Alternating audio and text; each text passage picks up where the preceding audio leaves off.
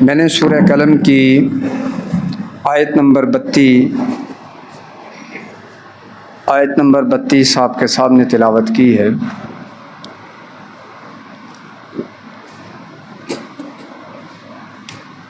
اس آیت مبارکہ کے اندر اللہ رب العزت نے انسانوں کو ایک عقیدہ دیا ہے، ایک امید دی ہے، اور ناامیدی سے نکالنے کے لیے اس آیت کو اگر بطور دعا، بطور وظیفہ پڑھا جائے تو وہ وظیفہ اللہ رب العزت نے ہمیں عطا فرمایا ہے، جس کے بہت سے ثمرات اور جس کی تلاوت کی وجہ سے، بطور دعا تلاوت کی وجہ سے بہت سی اللہ تعالیٰ انسان کو آسانیوں سے نواز دیتے ہیں۔ عسیٰ ربنا ان یبدلنا خیرا منہا، آیت کے مفہوم پہ غور کیجئے گا۔ قریب ہے کہ ہمارا رب این یبدلنا خیر منہا، جس بھی کیفیت کے اندر، جس بھی حالت کے اندر، جس بھی پوزیشن کے اندر ہم مبتلا ہیں، اللہ اس پوزیشن کو تبدیل کرنے پہ قادر ہے، اور ہماری تمام کی تمام توجہ، مکمل توجہ اللہ کی طرف ہے، اور مکمل یقین ہے کہ اللہ اس کیفیت کو، اس اذیت کو، اس تکلیف کو، اس حالت کو، اس پوزیشن کو بدلنے پہ قادر ہے۔ کچھ دن کے لیے اگر آپ اس آیت کو بطور دعا پڑھتے رہیں یا بطور تسبیح پڑھتے رہیں تو انشاءاللہ جس بھی آپ پوزیشن سے نکلنا چاہتے ہیں، انشاءاللہ اللہ رب العزت اس آیت کی برکت سے اور اس عقیدے کی برکت سے آپ کو اس پریشانی اور پوزیشن سے دور فرما دے گا۔ قرآن مجید کے اندر اللہ رب العزت نے جو بھی بیان کیا ہے،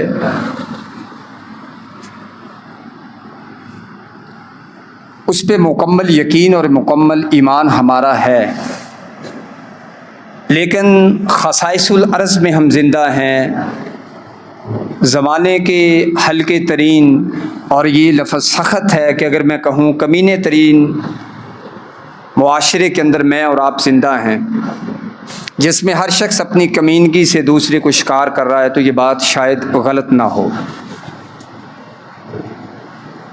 اب کچھ دن کے لیے سورہ قلم کی اس آیت کو پڑھتے رہیں۔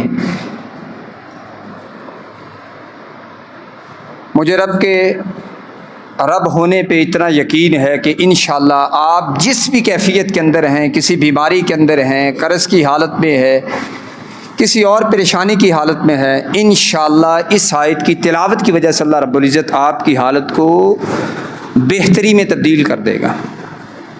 عسیٰ ربنا ان یبدلنا خیرا منہا انا الی ربنا راغبون۔ اس پہ میں 2-3 قرآن مجید کے واقعات آپ کے سامنے رکھتا ہوں۔ پہلے یہ عقیدہ رکھ لیجئے،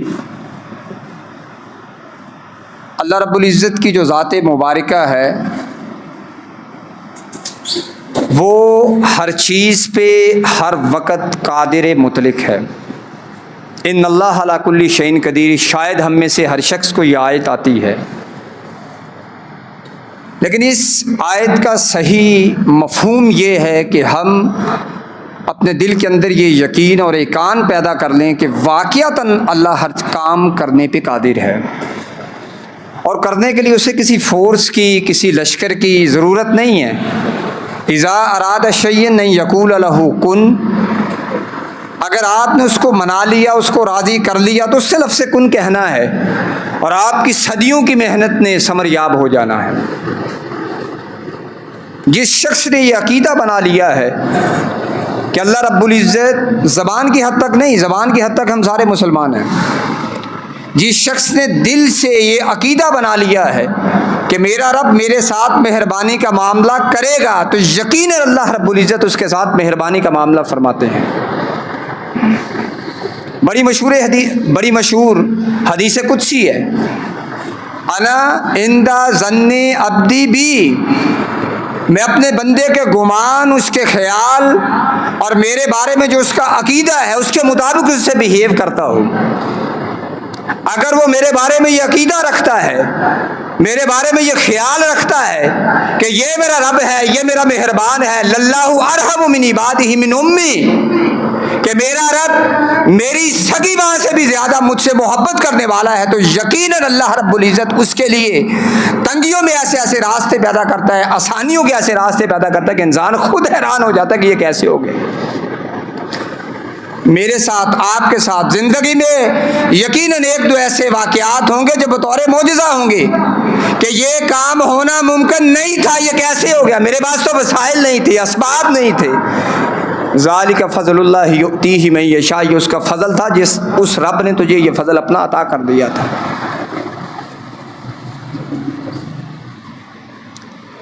امام ابن عساکر ہیں، ان کی بہت سی کتابیں ہیں، عربی زبان کے اندر تاریخ دمشق بڑی مشہور کتاب ہے، اس کے اندر انہوں نے ایک واقعہ نقل کیا ہے۔ تفصیلی واقعہ میں اسے اختصار کے ساتھ آپ کے سامنے پیش کرتا ہوں۔ ایک شخص جو کسی دریا یا سمندر کے اندر کشتی چلاتا ہے، ایک کنارے سے دوسرے کنارے پہ لوگوں کو لے کے جاتا ہے۔ ایک دن ایک شخص اس کے پاس آیا، اس نے کہا جی کہ میں فلاں جگہ پہ جانا چاہتا ہوں، کیا آپ مجھے لے کے جائیں گے؟ ہاں جی۔ کرایہ طے ہو گیا، وہ شخص کشتی کے اندر بیٹھ گیا۔ تھوڑا سا سفر ہوا تو وہ ملاح سے کہنے لگا، کشتی والے سے کہنے لگا کہ بھائی میں اس پورے دریا سمندر کو، اس علاقے سے واقف ہوں، جس رستے سے آپ مجھے میری منزل تک پہنچانا چاہتے ہیں یہ رستہ لمبا ہے، ہمیں وقت زیادہ لگے گا، آپ کی محنت، چپو لگا رہے ہیں آپ کی محنت زیادہ لگے گی، مجھے اس کے شارٹ کٹ بائی پاس کا پتہ ہے، کیوں نہ ہم اس بائی پاس کے ذریعے سے اپنی منزل تک پہنچ جائیں۔ وہ کہنے لگا جی گزارش یہ ہے کہ میں نے وہ رستہ دیکھا نہیں ہے، میں اس کے اتار چڑھاؤ سے، نشیب و فراز سے واقف نہیں ہوں، میں نے جو رستہ دیکھا ہے میں اسی پہ جاؤں گا۔ کہنے لگا جی نہیں، ہم دوسرے راستے سے چلتے ہیں۔ ان کی تکرار ہوئی، اس نے ڈرایا دھمکایا، ملاح نے اس مسافر کے ارادے کے مطابق کشتی کو موڑ لیا۔ دریا کے اندر ایک چھوٹے سے جزیرے پہ، تنگ رستے سے ایک جزیرے پہ وہ کشتی مسافر لے گیا۔ ابھی کشتی رکی نہیں ہے، ڈرائیور کی نگاہ بڑی دور تک جا رہی ہوتی ہے۔ اس ملاح نے دیکھا کہ وہ جو چھوٹا سا جزیرہ تھا وہاں بہت سی لاشیں پڑی ہوئی ہیں۔ اب اس نے وہ لاشیں دیکھی وہ پریشان ہو گیا کہ میں اکیلا آدمی ہوں اور یہ اپنی مرضی اور منشا کے مطابق مجھے ادھر لے کے آیا، اس کا مطلب یہ مجھے یہاں پہ قتل کر دے گا۔ وہاں پہ پہنچے، اس نے کہا نیچے اترے۔ ملاح نے کہا یہ بندے تو نے پہلے بھی مارے ہیں، اب تو مجھے بھی مارے گا، بھائی میری کشتی لے لے، میرے پاس اتنے پیسے ہیں یہ لے لے، یہ میرے پاس اسباب زندگی ہیں یہ لے لے، یہاں سے میں جیسے تیسے مرضی دوڑ جاؤں گا لیکن میری جان بخشی کر دے۔ اس نے کہا تیری کیوں جان بخشی کروں، مجھے تو لوگوں کو مارنے کا شوق ہے، میں لوگوں کو قتل کرتا ہوں، اور تو میری کوئی چاہت ہی نہیں ہے، میں نے تجھے بھی یہاں پہ قتل کرنا ہے۔ اس شخص نے اس کو بتایا کہ بھئی قتل کرنے کی یہ سزا ہے، اللہ تجھے دنیا میں یہ سزائیں دے گا آخرت میں۔ اس نے کہا جی مجھے یہ درس لیکچر نہ جھاڑو، میں بڑے دنوں سے تجھے ٹریپ کرنے کی کوشش کر رہا تھا، آج تو میرے ہاتھ چڑھ گئے ہیں، مجھے یہ باتیں نہ بتاؤ، مجھے سارے میں نے یہ سبق پڑھے ہوئے ہیں۔ بالاختصار جب اس نے یہ بات سمجھ لی کہ میری جان خلاصی نہیں ہوتی تو اس نے کہا یار ایسے کر بھائی، مار تو نے مجھے دینا ہے، ایک شفقت کر میرے اوپر، ایک احسان کر دے مارنے سے پہلے۔ اس نے کہا جی بولیے۔ کہا جی میں 2 رکعتیں پڑھوں گا، مجھے 2 رکعت نفل پڑھنے کا وقت دے دیں۔ میں تو کہا ٹھیک ہے۔ اب اسے پتہ ہے کہ یہ خالی جزیرہ ہے، میری ملکیت ہے، میں جو مرضی کروں گا۔ کہتا ہے جلدی جلدی پڑھ۔ وہ شخص کہتا ہے میں نے وضو کیا، میں اللہ کی بارگاہ میں کھڑا ہو گیا، میں اتنا ڈر گیا، اتنا خوف زدہ تھا، یعنی دیکھیں نا موت کو بڑی قریب سے دیکھ لیا ہے کہ میری زبان پہ فاتحہ کی ادائیگی بھی نہیں ہو رہی، میں وضو کر کے کھڑا ہوں، مجھے قرآن مجید کی کوئی آیت مبارکہ یاد نہیں آتی، تھوڑی دیر ویسے ہی کھڑا رہا، وقت گزرا، اب میں سوچ رہا ہوں کیا پڑھوں، اچانک میرے دماغ کے اندر، میرے دل کے اندر، میری زبان کے اوپر ایک آیت کی قرات جاری ہوئی، امن یجیب المضطر اذا دعا ویکشف السوء، یہ قرآن مجید میں سورہ نمل کے اندر آیت مبارکہ ہے، سورہ نمل کی 62 نمبر آیت ہے، امن یجیب المضطر اذا دعا ویکشف السوء، کیا کوئی اللہ کے ماں سوا ہے کہ جو کسی پریشان حال بندے کی کیفیت اور اذیت کو دور کر دے؟ میں یہی آیت مبارکہ پڑھے جا رہا ہوں، یہی آیت مبارکہ پڑھے جا رہا ہوں، میں نے اس آیت کو اتنا پڑھا کہ مجھے نہیں پتا سجدے میں کیا پڑھنا، میں وہاں بھی یعنی پوری 2 رکعتوں کے اندر میں یہی پڑھے جا رہا ہوں، یہی پڑھے جا رہا ہوں، یہی پڑھے جا رہا ہوں۔ میں سلام پھیرنے کے قریب پہنچا تو ابھی میں نے سلام نہیں پھیرا، محسوس ہوا کہ پیچھے سے کسی تیز رفتار گھوڑے پہ کوئی شخص سوار ہو کے آیا ہے، وہ جو شخص مجھے مارنا چاہتا تھا اس نے اس شخص کو قتل کیا، میں نے تب تک سلام پھیر دیا تو وہ واپس جانے لگا، میں نے اسے پوچھا بھائی تو کون ہے، تجھے کس نے بھیجا ہے، تیرا کوئی تعارف؟ وہ کہتا ہے میرا کوئی تعارف نہیں ہے۔ تیرا کوئی تعارف نہیں؟ کس سے بھیجا تجھے؟ وہ کہتا ہے جس کو پکارا تھا اس نے مجھے بھیجا ہے، جس کو تو نے پکارا تھا اس نے،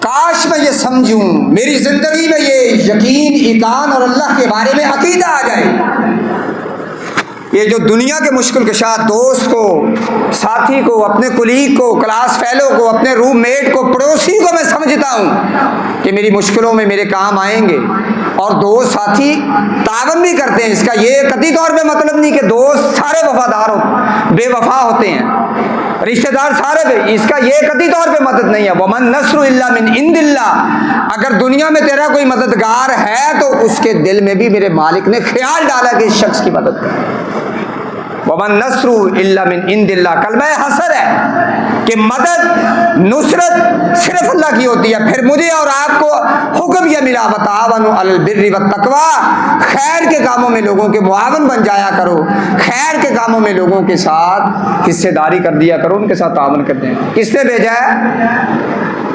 امن یجیب المضطر اذا دعا ویکشف السوء، جس کے بارے میں تو نے یہ ایمان، یہ یقین اور یہ ایمان رکھا ہے کہ کوئی نہیں اس رب کے علاوہ جو انسان کو مشکلوں سے نکالے، مجھے اس رب نے جس کو تو نے پکارا تو کبھی میں یہ سمجھوں زندگی میں یہ سمجھوں کہ میرے اوپر جو بیماری آئی ہے، ڈاکٹر تو جی اس کے پاس چلے جاؤ، یہ ٹیسٹ کروا لو، وہ کروا لو، کبھی سمجھوں کہ الہ العالمین ابراہیم علیہ السلام تجھ سے مانگا کرتے تھے وَإِذَا مَرِضْتُ فَهُوَ يَشْفِينِ، میرے مولا میں تو اس بستی کے اندر تیرا تنہا بندہ ہوں، میرے باپ نے مجھے گھر سے نکال دیا، کوئی میرا پرسان حال نہیں ہے، میرے مولا میں بیمار ہوں، مجھے شفائیں عطا فرما دے۔ کیا میرا مالک شفا دینے پہ قادر نہیں ہے؟ یہ جتنی بھی ملٹی نیشنل کمپنیز ہیں میڈیسن کی، انہوں نے کیا اس کے اندر کسوری ڈالی ہے کہ شفا مل جاتی ہے؟ شفا من جانب اللہ ہم سب کہتے ہیں، کبھی ہم یوں سمجھے وہ جو حدیث مبارکہ ہے کہ جنت کے اندر 70,000 لوگوں کو بغیر حساب کتاب کے جنت میں داخل کیا جائے گا، ان کی جو 4 خوبیاں ذکر کی گئی ہیں، 4 خوبیاں لوگوں کی ذکر کی گئی، اللہ کے نبی صلی اللہ علیہ وسلم نے جو 4 خوبیاں ذکر کی ہیں ان میں سے ایک یہ کہ ان کا ایمان اور یقین اتنا کامل ہے کہ وہ اپنے جسموں کو، اس دور میں جو طریقہ علاج تھا جسموں کو داغنا، وہ شفا کے لیے، علاج کے لیے اپنے جسموں کو بھی نہیں داغا کرتے تھے، وہ سمجھتے تھے کہ اس بیماری میں میرا اللہ ہی مجھے شفا عطا فرمائے گا۔ ان کی جو دوسری خوبی اور دوسرا وصف کہ وہ اپنے رب پہ یقین رکھتے ہیں، وہ اپنے رب پہ، کہتا میں بھی ہوں، کہتے آپ بھی ہیں، شاید میں آپ کے پاس بیٹھوں تو آپ مجھے جو عقیدہ سمجھائیں وہ بھی میں اسٹیج پہ بھی بیان نہ کر پاؤں. آپ کا اور میرا عقیدہ اتنا پکا ہے، لیکن عقیدہ دل کے ساتھ پکا نہیں. امام قرطبی نے الجامع لاحکام القرآن کے اندر ایک حدیث سے مبارکہ نقل کی ہے. فرماتے ہیں اگر کوئی شخص اللہ رب العزت کو چھوڑ دیتا ہے اور وہ دنیا کے اسباب پہ یقین رکھتا ہے کہ ان اسباب کی وجہ سے میرا یہ کام ہوگا، تو اللہ رب العزت فرماتے ہیں کہ تو نے اسباب پہ تکیہ کیا، تو نے اسباب پہ توکل کیا، اب چل تو جانے اور اسباب جانے، میرا تجھ سے کوئی لین دین نہیں. اسباب کو استعمال کرنا توکل کے منافی نہیں ہے، لیکن جوتی کا تسمہ ٹوٹے، تجھے نمک تک کی ضرورت ہو تو مانگنی کس سے؟ پہلے یہ کام ہے کہ کوئی کام ہے، کسی ڈاکٹر کے پاس جانا ہے، کسی مشکل کے اندر پھنسے ہوئے ہیں. اللہ کے نبی صلی اللہ علیہ وسلم کی عادت مبارکہ تھی کہ زندگی میں جب بھی کوئی مشکل والا معاملہ آیا، وضو کیا، بار الہ میں کھڑے ہوئے اور اس مالک کو منانے کی کوشش کی. اگر وہ مان گیا تو یہ اسباب سارے کے سارے انسان کے لیے مطیع اور فرما بردار بن جاتے ہیں. اگر وہ ناراض ہے تو وہ جو جاننے والے ہیں وہ بھی مسائل، یہاں پہ یہ مسئلہ ہے جی، کام تو آپ کا ہو جانا تھا، یہ مسئلہ ہے.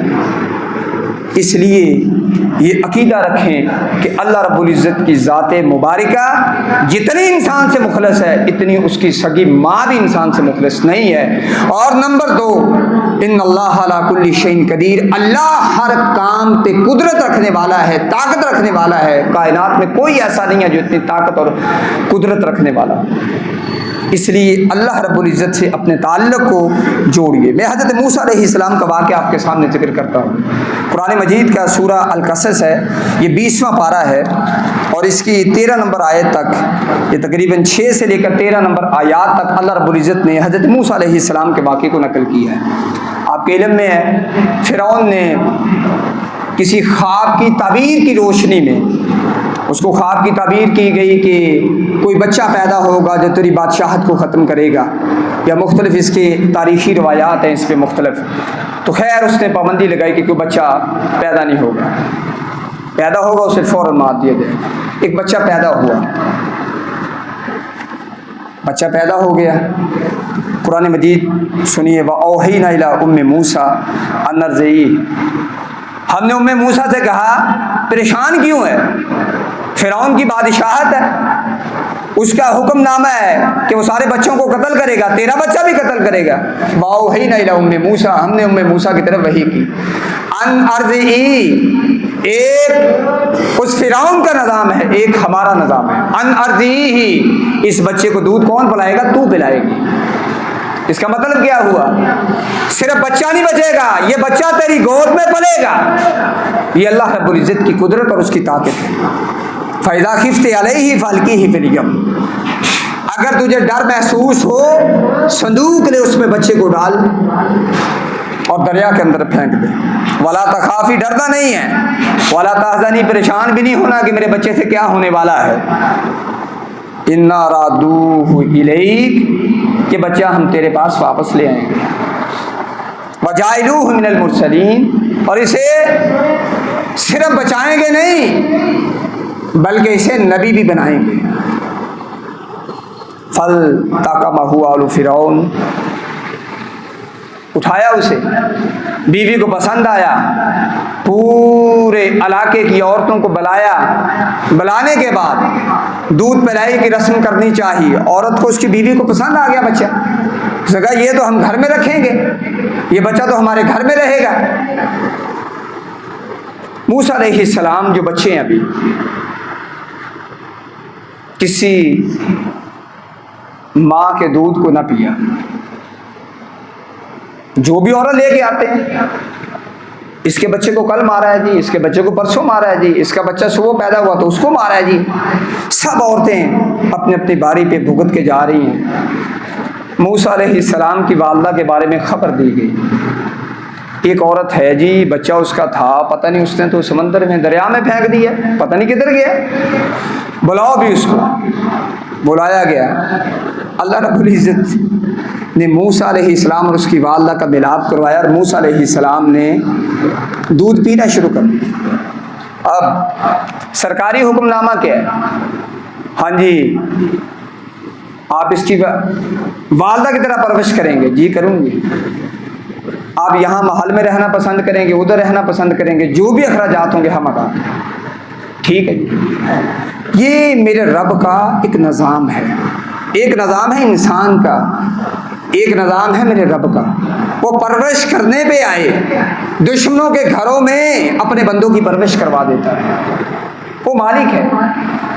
ہم یہ عقیدہ رکھ لیں، ہم یہ بات سمجھ لیں کہ جس پوزیشن میں ہیں ہم، جس بھی پوزیشن میں ہیں، عسیٰ ربنا ان یبدلنا خیرا منہا، میرا رب اس پوزیشن کو تبدیل کرنے پہ، میرا رب اس پوزیشن کو تبدیل کرنے پہ، آج صرف ایک ہی بات سمجھ کے جانی ہے کہ میرا رب جس حالت میں ہوں، میں پریشان ہوں نا، میں ایک باپ ہوں اولاد کی نافرمانی سے پریشان ہوں، میں ایک مزدور ہوں مزدوری کے نہ ملنے سے پریشان ہوں، میں ایک بیمار ہوں اپنے لا علاج ہونے سے پریشان ہوں، میں ایک پڑوسی ہوں، میں ایک رشتہ دار ہوں اپنے رشتوں کے ٹوٹ جانے سے پریشان ہوں، میں تعلق داریوں کے ختم ہو جانے سے پریشان ہوں۔ کبھی میں بار الہ میں بیٹھوں اور کہوں عسیٰ ربنا، میرے اللہ جو جو جو جو کچھ کر سکتا اس نے کر لیا، میرے مولا عسیٰ ربنا یبدلنا خیرا منہا، مجھے یقین ہے کہ تو میرے ساتھ وہ نہیں کرے گا جو تیرے بندوں نے کیا۔ وَلَهُ الْمَثَلُ الْأَعْلَىٰ، تیرے لیے بندوں جیسی مثالیں نہیں دی جا سکتی۔ وَلَهُ الْمَثَلُ الْأَعْلَىٰ لَيْسَ كَمِثْلِهِ شَيْءٌ، اے اللہ تیرے جیسا کوئی نہیں ہے، تو ماؤں سے زیادہ پیار کرنے والا، تو بندوں کی طرح بہیو کرنے والا نہیں، مجھ سے بندوں کی طرح سلوک کرنے والا نہیں۔ اس کی بارگاہ میں اس کی نافرمانیاں کرنے والی وہ عورت آئے جو ساری زندگی اپنے جسم کو فروشے، اپنے جسم کو بیچتی رہی، جسم فروشی کرتی رہی، بدکاری کرتی رہی، زنا کرتی رہی، اللہ کی نافرمانیاں کرتی رہی، اور جب اس کے دل میں اس کی مخلوق کی حب آ جائے، محبت آ جائے، اپنے موزے کو اتارے، اس کنویں سے پانی نکالے، کتے کو پانی پلانے کی وجہ سے میرا مالک راضی ہو جاتا ہے۔ اس مالک کو منانا مشکل نہیں ہے۔ کسی نے قتل کیے 99، قتل کرنے کے بعد اس کے دل میں خیال آیا کہ میں دنیا میں کس مقصد کے لیے آیا تھا، میں کس مقصد میں چلا گیا ہوں، پریشانی ہوئی، ڈھونڈتا ڈھونڈتا کہ اللہ والے کے پاس پہنچا، 100واں بندہ بھی قتل ہو گیا، پھر طلب ہے، تڑپ ہے کہ جس سے مجھ کو پیدا کیا اس کی طرف پلٹ کے تو دیکھوں، اس کے راستے پہ چل کے تو دیکھوں، موقع نہیں ملا، ابھی نیکوں کی بستی میں پہنچا نہیں ہے۔ آسمان سے فرشتے آئے، جنت کے فرشتے اس کو اٹھا کے لے کے جا رہے ہیں۔ گزارش کرنے کا مقصد یہ ہے، عسیٰ ربنا ان یبدلنا خیرا منہا انا الی ربنا راغبون، میرے اللہ میں بیماری میں ہوں، مجھے پتا ہے اس بیماری کا علاج نہیں ہے، لیکن تیرا ایک نبی 18 سال تک بیمار رہا، میرے مولا تو اس کو شفا دینے پہ قادر ہے۔ عسیٰ ربنا، یا اللہ تو میرا بھی تو رب ہے نا، میں تیرا گناہ گار بندہ ہوں تو کیا ہوا، میں تیرا نافرمان بندہ ہوں تو کیا ہوا۔ حدیث نہیں سنی آپ صلی اللہ علیہ وآلہ وسلم نے فرمایا، زمین سے لے کر آسمان کے درمیان کے خلا اگر انسان اپنی نافرمانیوں سے پر کر دے، اگر اللہ کی گستاخیوں سے پر کر دے، اگر اللہ کی ہر وقت گستاخی کرتا رہے، لیکن صبح تہجد کا وقت ہو یا کوئی بھی وقت ہو، اس مالک کی بارگاہ میں بیٹھ جائے، ربنا ظلمنا انفسنا، میرے مولا تو نے جس مقصد کے لیے پیدا کیا تھا وہ مقصد بھول گیا، نافرمانیاں ہوئی ہیں، فرمایا لو آتیتنی بقراب الارض، زمین بھر کے بھی میرے پاس گناہ لے آیا، لیکن میرا بندہ بن گیا تو میں تیرے ان گناہوں کو صرف معاف نہیں کروں گا بلکہ ان گناہوں کو نیکیوں میں بھی تبدیل کر دوں گا۔ یقین، اس کی ذات پہ توکل اور اس کی ذات پہ مکمل یقین جو لے کے آ جاتا ہے، پھر اللہ رب العزت اس کے لیے آسانیاں پیدا کر دیتا ہے۔ اللہ کے نبی صلی اللہ علیہ وآلہ وسلم ہے، پہلی جنگ ہے، اس کو غزوہ بدر کے نام سے یاد کیا جاتا ہے، اس کو یوم الفرقان بھی کہتے ہیں۔ 313 صحابہ ہیں، لڑنے والے 313 ہیں، مقابلے میں 1000 کے لگ بھگ ہیں۔ اللہ کے نبی آئے، میدان بدر میں بیٹھے، اللہ کی بارگاہ میں بیٹھے، اللہم ان تہلک ھذی الاصحابہ فلن توبت بعدک، یا اللہ میں تیرے اتنے سے بندے لے کے آ سکتا ہوں، میں یہی لے آیا ہوں، میرے پاس کل متاع یہ ہے، 10 سال کی محنت یہ ہے، اے اللہ یہ یہ تیرے بندے ہیں، اگر ان کو تو نے ہلاک کر دیا تیرا دنیا میں کوئی نام لینے والا نہیں۔ یا اللہ ہم تجھ سے مانگتے ہیں الہ العالمین آسانیاں پیدا فرما۔ کتنے کافر قتل ہوئے؟ 70۔ کتنے قیدی ہوئے؟ 70۔ مسلمان کتنے شہید ہوئے؟ 14۔ ہو سکتا ہے؟ میں خالد بن ولید رضی اللہ تعالیٰ عنہ کے بارے میں پڑھ رہا تھا، 1,60,000 کے لشکر کے مقابل صرف 40,000 مسلمان لے کے گئے۔ 1,60,000 کا لشکر ہار گیا، جیتے کون؟ 40,000 والے۔ میرے رب کی نصرتیں آج بھی اتر سکتی ہیں اگر میں اس کا بندہ بن جاؤں، اس کے دروازے پہ آ جاؤں۔ الہ العالمین تجھے تو اولاد کی ضرورت نہیں، میں بے اولاد ہوں، میرے مولا میں طلبگار ہوں، میں نے دنیا میں تجھ سے اولاد لینی۔ میرے مولا تہب لمن یشاء یہب لمن یشاء اناثا ویہب لمن یشاء الذکور، میرے اللہ تو مذکر دینے پہ بھی قادر، تو بیٹا دینے پہ بھی قادر، تو بیٹیاں دینے پہ بھی قادر۔ میرے مولا میں لا علاج ہوں تو کیا ہوا، تو شافی مولا ہے نا، تو شفا دینے والا مولا ہے۔ میں اللہ کی قسم اٹھا کے کہتا ہوں، کوئی میرا بھائی کوئی میری بہن تہجد کے وقت اٹھے، صرف 1 ہفتہ 1.5 ہفتہ اپنی آنکھوں کو نمناک کرے اور کہے مالک میں بڑا کمزور، تو طاقتوں والا، میرے مولا تو اس بات پہ قادر ہے، تو قادر ہے، تو قادر ہے۔ میں یقین کامل کے ساتھ کہتا ہوں کہ اللہ اپنے دروازے پہ آنے والوں کو رسوا کرتا۔ قرآن مجید کی آیت سنیں، وَلَمْ أَكُنْ بِدُعَائِكَ رَبِّي شَقِيًّا، وَلَمْ أَكُنْ بِدُعَائِكَ رَبِّي شَقِيًّا۔ ایک نبی ہے، اللہ سے دعا مانگتا ہے یا اللہ مجھے اولاد دے، اور ساتھ یہ کہتا ہے وَلَمْ أَكُنْ بِدُعَائِكَ رَبِّي شَقِيًّا، یا اللہ میں نے دوست سے مانگا رسوا ہوا، میں نے دشمن سے مانگا رسوا ہوا، اڑوس پڑوس سے مانگا رسوا ہوا، تیرا ایک دروازہ ایسا ہے وَلَمْ أَكُنْ بِدُعَائِكَ رَبِّي شَقِيًّا، یا اللہ تجھ سے مانگ کے کبھی رسوائی نہیں ملی۔ کیوں؟ اللہ غیرت مند ہے۔ حدیث کے لفظ ہیں، جو اس کی بارگاہ میں یوں ہاتھ اٹھا لیتا ہے اسے شرم آتی ہے کہ واپس خالی ہاتھوں کو لوٹا۔ میں یہ سمجھ لوں کہ میرا اللہ ماں سے زیادہ مجھ سے محبت کرتا ہے، میں یہ سمجھ لوں کہ وہ میری اس مشکل کو دور کرنے پہ قادر ہے، تو بس بات بن جائے گی۔ اگر کہیں پہ نگاہیں کہیں پہ نشانہ، اگر دعا مانگ رہا ہوں یقین نہیں ہے، مسند احمد کے اندر حدیث ہے وَصَلُ اللَّهَ وَأَنْتُمْ مُوقِنُونَ بِالْإِجَابَةِ، جب مانگو تو اس یقین سے مانگو کہ وہ تمہیں سن رہا ہے، وہ تمہیں ضرور عطا فرمائے گا۔ اسی لیے حضرت عمر رضی اللہ تعالیٰ عنہ فرمایا کرتے تھے، جس شخص کو بار الہ میں بیٹھنے کا موقع مل گیا سمجھو اس کی دعا کو اللہ نے اپنی بارگاہ میں قبول فرما لیا۔ اس لیے یقین پیدا کریں، اللہ کی ذات پہ توکل پیدا کریں۔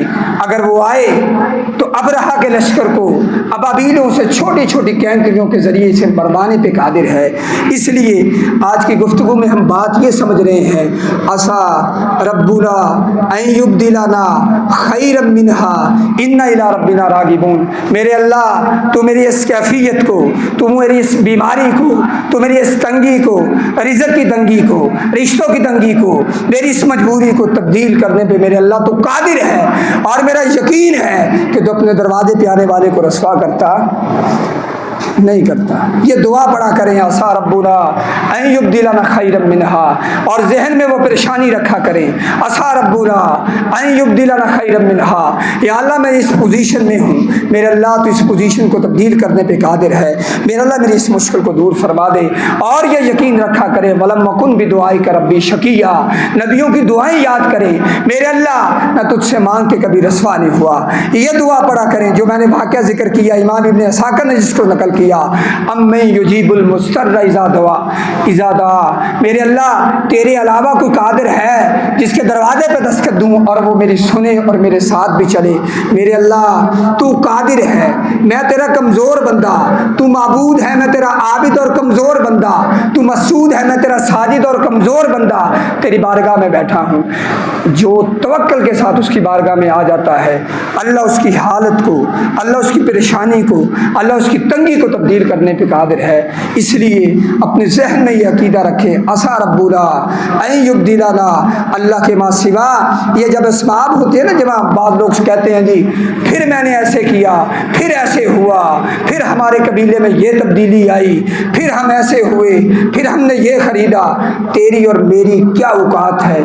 سوچنے والی ایک نفس ہے، سوچنے والی ایک وین ہے، اگر وہ اس کو سکیڑ دے، اگر اس کا پانی خشک کر دے تو یہ انسان جو بڑا دانا اور بینا بنا پھرتا تھا، یہ کوڑا کرکٹ سے چیزیں گندی اٹھا کے کھانی شروع کر دیتا ہے۔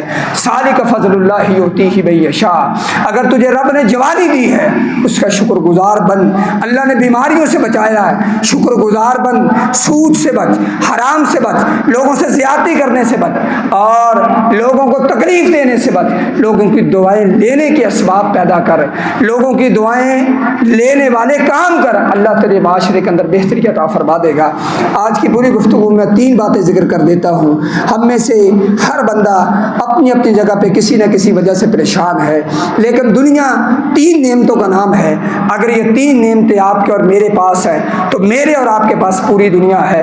اللہ کے پیارے پیغمبر علیہ السلام فرماتے ہیں من اصبح منکم آمنا فی سربہ او معافا فی جسدہ وعندہ قوت یومہ فکأنما حیزت لہ الدنیا فی حذافیرہا۔ آپ صلی اللہ علیہ وسلم نے فرمایا 3 قسم کی نعمتیں ہیں جن کو اللہ نے یوں لپیٹا اور آپ کو پکڑا دیا۔ کون سی 3 نعمتیں ہیں؟ یہ پوری دنیا کی 3 نعمتیں، جس کے پاس یہ نعمتیں ہیں وہ رویا نہ کرے، پریشان نہ ہوا کرے، اپنا لوگوں سے تقابل نہ کیا کرے۔ اس کے پاس گاڑی، میرے پاس موٹر سائیکل بھی نہیں، اس کے پاس موٹر سائیکل، میرے پاس سائیکل بھی نہیں، اس کے پاس 10 مرلے کا مکان، میرے پاس 2 مرلے کا کیوں ہے؟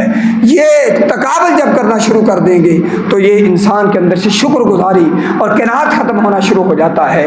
3 نعمتیں فرمایا من اصبح منکم آمنا فی سربہ، جو اپنے بیوی بچوں کے ساتھ، اہل و عیال کے ساتھ، اپنے والدین کے ساتھ زندگی بسر کر رہا ہے، اللہ رب العزت نے دنیا کی سب سے بڑی نعمت سے اس کو نوازا ہے۔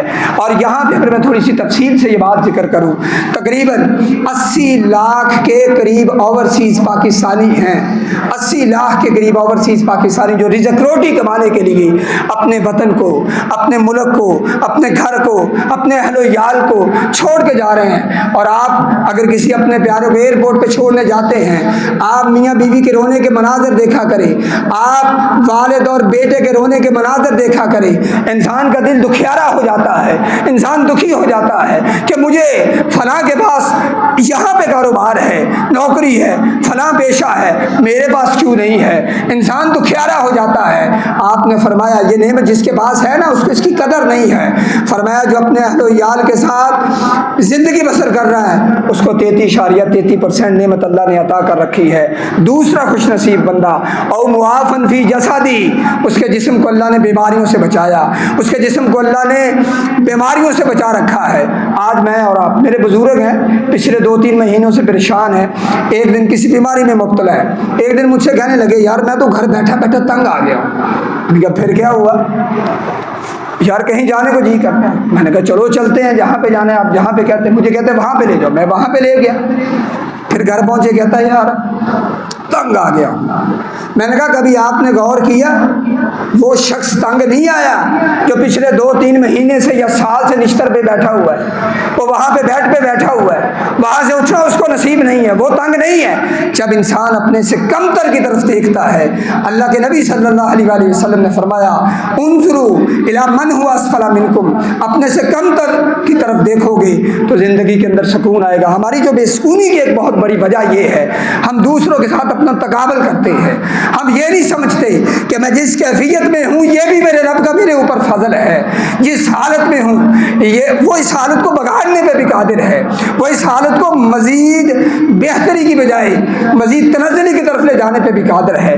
ہم خوش نہیں ہیں، بے سکونی کی ایک بہت بڑی وجہ یہ ہے معافن فی جسدی، جس کو اللہ نے بیماریوں سے بچا لیا، شوگر، بلڈ پریشر، موذی امراض سے بچا لیا۔ کتنے نوجوان بیٹھے ہوں گے، کتنے بوڑھے بیٹھے ہوں گے، میری 60 سال عمر ہے جی، 70 سال عمر ہے جی، اللہ کا شکر میں شکر نہیں ہے، یہاں تک بات ٹھیک ہے۔ یہ اگلی بات کریں کہ یہ اللہ کا فضل ہے، یہ نہ کہیں میں اتنے کلومیٹر چلتا ہوں، میں آپ کو کلومیٹر چلنے والوں کو شکر دکھاتا ہوں، یہ نہ کہا کریں۔ انسان ہے، اس سے خطائیں ہو جاتی ہے۔ میرے رب کو اگر میرے کہے گئے لفظ پہ غصہ آ گیا، یہ سمجھتا ہے کہ صحت مند میں ہوں، میری سمجھ ہے، میں میٹھے کو چھوڑ دوں گا، میں ایسے کر لیتا ہوں، میری اور آپ کی اوقات نہیں ہے، یہ اس کا فضل ہے، اس سے مجھ پہ اور آپ پہ پردہ ڈالا ہوا ہے، ہمیں بیماریوں سے بچایا، فرمایا معافن فی جسدی، جس کے جسم کو اللہ نے بیماریوں سے بچایا وہ دنیا کا دوسرا بڑا خوش نصیب ہے۔ اور تیسرا بڑا خوش نصیب وہ ہے، یہاں پہ ہم دنیا کا تقابل کر لینا، فرمایا عندہ قوت یومی، جس کے پاس اگلے دن کی خوراک ہے، وہ دنیا کا تیسرا بڑا خوش نصیب انسان ہے۔ اس مجمع میں ممکن ہے کوئی ایک آدھ ساتھی ہو جو بہت کمزور ہو مالی حساب سے، معاشی حساب سے، بیچارہ صبح کے ناشتے کا بیٹھا سوچ رہا ہو، اللہ اس کے حالات پہ رحم فرمائے، اس کے رزق میں برکت دے، جو مقروض اللہ نے قرض کی ادائیگی کی توفیق دے۔ لیکن ایک دو ایسے ساتھی ہوں گے، زیادہ تر لوگ اللہ نے ہمیں یہ تینوں نعمتیں عطا کی ہیں، تبھی تو ہم اپنے اہل و عیال کے ساتھ بھی موجود ہیں، ہم اس مسجد میں، اپنے گاؤں میں، اپنے شہر میں بیٹھے ہوئے ہیں، جسم بیماریوں سے پاک ہے۔ منال کتان صاحب نے کتاب لکھی ہے، ہاکذا علمتنی حیاتی، میری زندگی نے مجھے یہ سکھایا، اس میں انہوں نے 3 بڑی اہم باتیں لکھی۔ انہوں نے کہا جیل میں جایا کرو، دیکھا کرو کہ تمہیں اللہ نے آزادی کی نعمت دی ہے، تم آزادی سے گھومتے ہو، اپنی مرضی سے اٹھتے ہو، اپنی مرضی سے چلتے ہو، اپنی مرضی سے کھاتے ہو۔ قید کے اندر رہنے والوں کی کیا زندگی ہوتی ہے، ایک مقررہ وقت، ایک مقررہ شیڈول، آپ بیمار ہیں تب بھی وہی شیڈول، آپ صحت مند ہیں تب بھی وہی شیڈول، آپ کے لیے الگ سے کوئی چیز نہیں بن رہی، بیمار ہیں تو میس لے کے رکھ لیں، تھوڑی دیر بعد کھا لیجیے گا۔ لیکن آزادی بھی اللہ رب العزت کی ایک بہت بڑی نعمت، صحت اللہ کی بہت بڑی نعمت۔ اور کبھی کبھی کسی لائبریری کے اندر بھی جایا کریں، لائبریری کے اندر جا کے کوئی کتاب اٹھا کے پڑھا کریں، اور حکمت بری جب باتیں پڑھ لینا تو آپ سوچنا کہ آج سے 1000 سال پہلے عالم نے یہ بات لکھی، مجھے تو آج تک اس بات کا بھی نہیں پتا، میں تو اتنا بڑا کم عقل انسان ہوں، میں تو اتنا نکما آدمی ہوں کہ مجھے 1000 سال پہلے جو بات کہی گئی اس حکمت بری بات کا بھی نہیں پتا، میں تو کم عقل انسان ہوں۔ جب انسان اپنے آپ کو کم عقل سمجھ لیتا ہے، انسان سمجھتا ہے کہ ذالک فضل اللہ یؤتیہ من یشاء، یہ میرے رب کا فضل ہے، تو پھر اللہ تعالیٰ کی رحمتیں آتی ہیں، پھر اللہ کی برکتیں آتی ہیں۔ میں آج کی پوری گفتگو میں یہ جتنی بھی گفتگو ہے یہ ہمارے سماج اور مزاج کے مطابق ہے۔ کہوں گا اگر میرا کوئی پریشان بھائی بیٹھا ہے، پریشان بہن بیٹھی ہے، مجھ سے بڑا کوئی بزرگ بیٹھا ہے، اپنے معاشی حالات سے گرا پڑا ہے، اپنی پریشانی سے، بیماری سے گرا پڑا ہے، دوستوں نے، رشتہ داروں نے اس کے ساتھ ایسی محبت برتی ہے کہ اب وہ کسی کو ملنے کے قابل نہیں رہا، وہ گرا ہوا شخص جو معاشرے میں گرا پڑا ہے وہ اٹھے، اپنے کپڑوں کو چھاڑے، اپنے رستے کا تعین کرے اور کہے مالک زمانے نے مجھے گرانے کی کوشش کی ہے، میرے مولا تو نہیں گراتا، میں تجھ پہ توکل کر کے آج اٹھا ہوں، میرے اس رستے پہ چلنے کو آسان فرما دے۔ اس لیے قرآن مجید نے کہا وَلَوْ أَنَّ أَهْلَ الْقُرَىٰ آمَنُوا وَاتَّقَوْا لَفَتَحْنَا عَلَيْهِمْ بَرَكَاتٍ مِّنَ السَّمَاءِ، اگر کوئی بندہ ہم پہ ایمان رکھے اور نیکی کے رستے پہ چلے، اس کے بعد یقین ہم پہ رکھے، لَفَتَحْنَا عَلَيْهِمْ بَرَكَاتٍ مِّنَ السَّمَاءِ، ہم آسمان سے بھی اس کے لیے برکتیں نازل کرتے ہیں اور زمین کی برکتوں کو بھی سمیٹ کے اس کے گھر تک پہنچا دیتے ہیں۔ اللہ کی ذات پہ توکل پیدا کریں، اللہ کی ذات پہ یقین لے کے آئیں۔ دوستوں نے بے وفائی کی، رشتہ داروں نے بے وفائی کی، کچھ نہیں ہوا، اللہ کے بے وفا نہ بنے، اللہ سے بے وفائی نہ کریں، کچھ بھی نہیں ہوتا۔ وہ ذروں کو پہاڑ بنانے پہ قادر ہے، وہ قطروں کو سمندروں میں تبدیل کرنے پہ قادر ہے۔ جو رب یہ کر سکتا ہے وہ تجھے گرے ہوئے انسان کو بھی اس معاشرے کے اندر بلندی عطا فرماتا ہے، فرما سکتا ہے۔ اور ان الذین آمنوا وہ لوگ جو ایمان لائے اور علم رکھا، اللہ کے راستے پہ چلنے کی کوشش کی، اللہ رب العزت فرماتے ہیں یرفع اللہ الذین آمنوا منکم، ہم ایمان والوں کو بھی بلند کر دیتے ہیں، علم والوں کو بھی بلند کر دیتے ہیں۔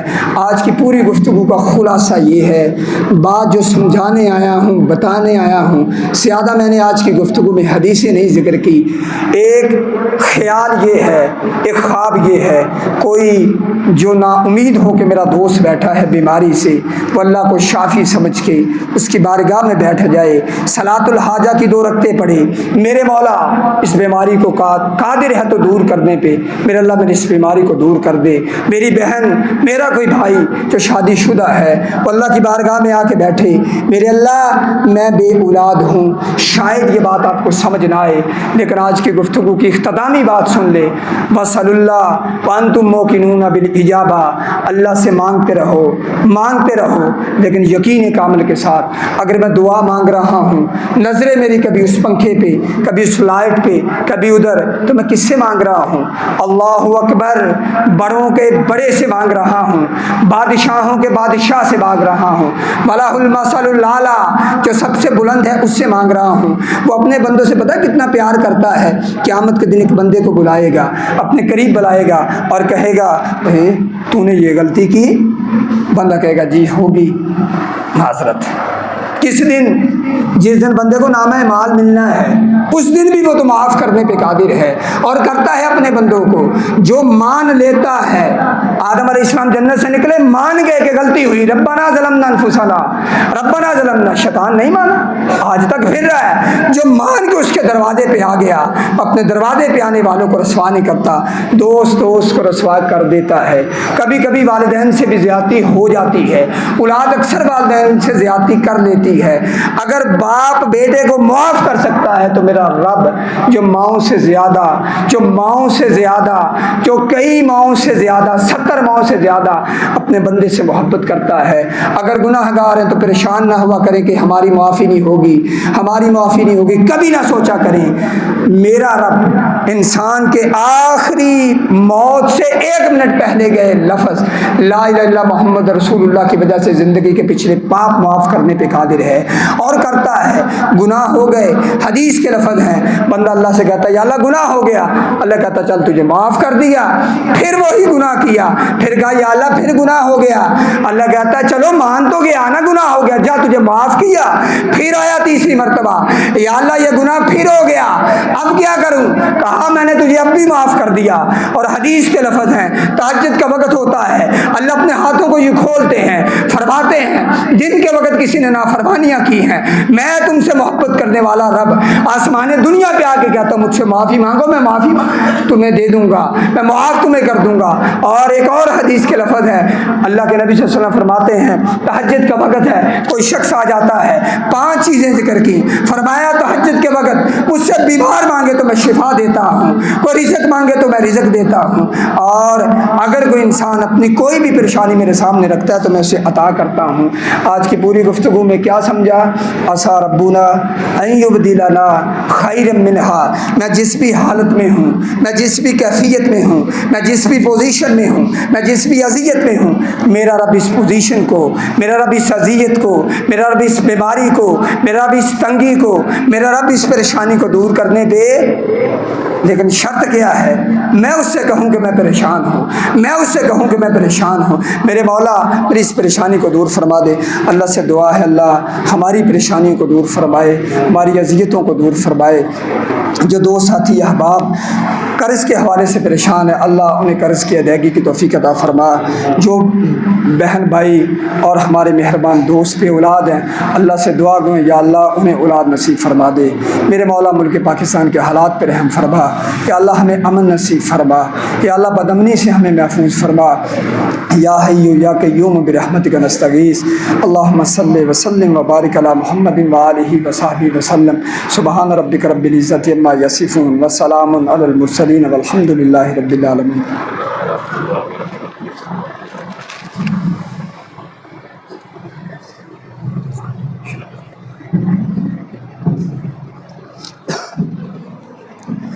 ان الحمد للہ نحمدہ ونستعینہ ونستغفرہ ونؤمن به ونتوكل عليه فنعوذ بالله من شرور أنفسنا ومن سيئات أعمالنا من يهده الله فلا مضل له ومن يضلل فلا هادي له وأشهد أن لا إله إلا الله وحده لا شريك له أشهد أن محمدا عبده ورسوله أما بعد فإن خير الحديث كتاب الله وخير الهدي هدي محمد صلى الله عليه وآله وسلم وشر الأمور محدثاتها وكل محدثة بدعة وكل بدعة ضلالة وكل ضلالة في النار أما بعد فأعوذ بالله من الشيطان الرجيم من حمده ونفخه ونفسه بسم الله الرحمن الرحيم عسى ربنا أن يبدلنا خيرا منها إنا إلى ربنا راغبون اللهم صل على محمد وعلى آل محمد وبارك على محمد وعلى آل محمد كما صليت وباركت على إبراهيم وعلى آل إبراهيم إنك حميد مجيد